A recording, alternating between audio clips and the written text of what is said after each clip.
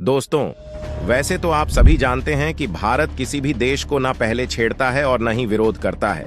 यह भारत की रणनीति है। लेकिन जब विरोध और छेड़ना शुरू कर देता है तो भुखमरी वाली हालत शुरू हो जाती है।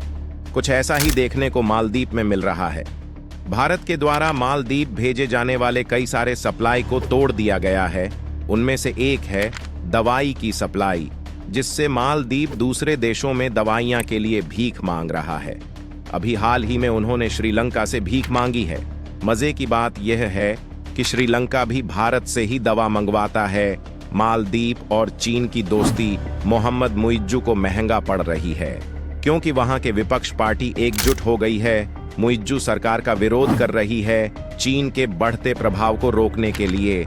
जहां एक तरफ चीन के द्वारा जिस जगह पर अपने जासूसी जहाज को भेज करके भारत के ऊपर निगरानी रखने वाला था, भारत ने वहीं पर अपने द्वारा निर्मित पनडुब्बी यानी कि सबमरीन को भेज दिया है।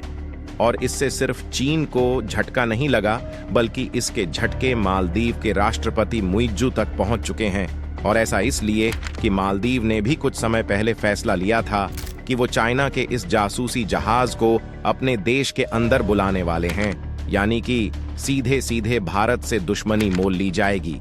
लेकिन आज भारत की तरफ से लिए गए एक फैसले के बाद दोनों ही देशों को एक बहुत बड़ा झटका लगा है। क्या है पूरा मामला, आज के इस वीडियो में जानते हैं।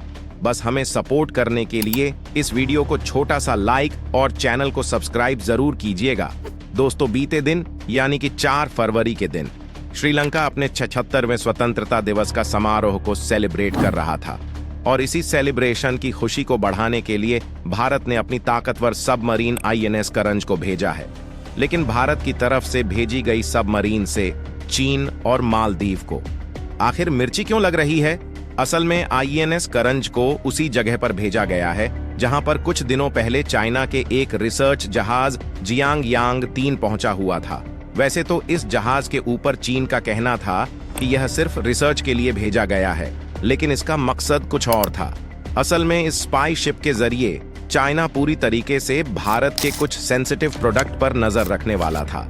लेकिन भारत के तरफ से किए गए विरोध के कारण दिसंबर 2023 में श्रीलंका फैसला लेता है कि वह अपने जल क्षेत्र में किसी भी विदेशी रिसर्च जहाज को 1 साल के लिए रुकने की अनुमति नहीं दे रहे हैं।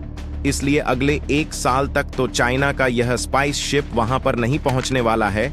लेकिन मालदीव अचानक से फैसला लेते हैं कि वो चाइना के इस स्पाई शिप को अपने कोस्टल एरिया में रुकने की जगह देने वाले हैं। लेकिन इसका भी अंतर्राष्ट्रीय स्तर पर विरोध किया गया। लेकिन कमाल की बात यह है कि भारतीय पनडुब्बी भी INS करंज को उसी जगह पर भेजा गया है जहां पर चाइना का यह स्पाई शिप मौजूद था, और अब इसे वहां से हटाया जा चुका है। तो INS भारत की इस पनडुब्बी भी की कुछ खासियत की बात करते हैं। जहां INS करंज एक स्कॉर्पियन श्रेणी की तीसरी पनडुब्बी है। इसे भारत ने खुद से तैयार किया है, जिसे मेक इन इंडिया के तहत भारत में बनाया गया है। यह पनडुब्बी अपने लक्ष्य पर सटीक निशाना लगा सकती है और बिना रडार के स्कैन किए हुए किसी भी तरीके के हमले को अंजाम दे सकती है। यह पनडुब्बी करीब 67.5 मीटर लंबी और 12.3 मीटर ऊंची है। इसका वजन करीब 1565 टन है। इस पनडुब्बी की मदद से टोरपीडो और एंटी शिप मिसाइल्स को आसानी से हमले में इस्तेमाल किया जाता है, बिना किसी रडार के स्कैन में आए हुए। ये भारत की वो खास सबमरीन है जिसके अंदर खुद ही ऑक्सीजन बनाने की क्षमता है, और तमाम तरीके की आधुनिक फैसिलिटी इस सबमरीन के अंदर लगाई गई हैं। फिलहाल श्रीलंका भेजी गई सबमरीन से हम अपनी ताकत का प्रदर्शन कर रहे हैं, और चीन और मालदीव जैसे देशों को सीधे शब्दों में चेतावनी दी जा रही है कि भारत से दुश्मनी शायद अब इन देशों के लिए अच्छी नहीं होगी।